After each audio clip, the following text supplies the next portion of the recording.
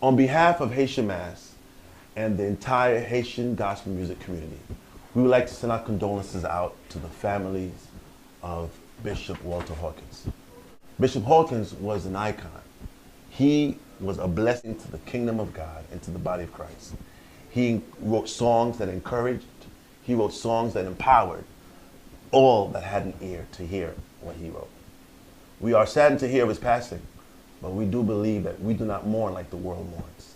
We rejoice in his promotion, and we want to encourage everyone to keep his legacy going, as I did, hearing the songs from Love Alive 1, 2, 3, and so on. So we want to tell everyone that knew his vision to continue to take his vision and take it to a higher height. And you will see how God is going to just blow the whole thing up and make it something awesome. We encourage you to continue walking on water and know this, that he will never give you more than you can bear. God bless. Simple words, which is this, même si glo, même si vent,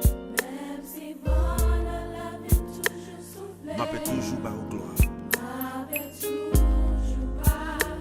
Pour tout ça que vous faites pour moi. Même si montagne de la vie m'a fait suivre jusqu'à la fin.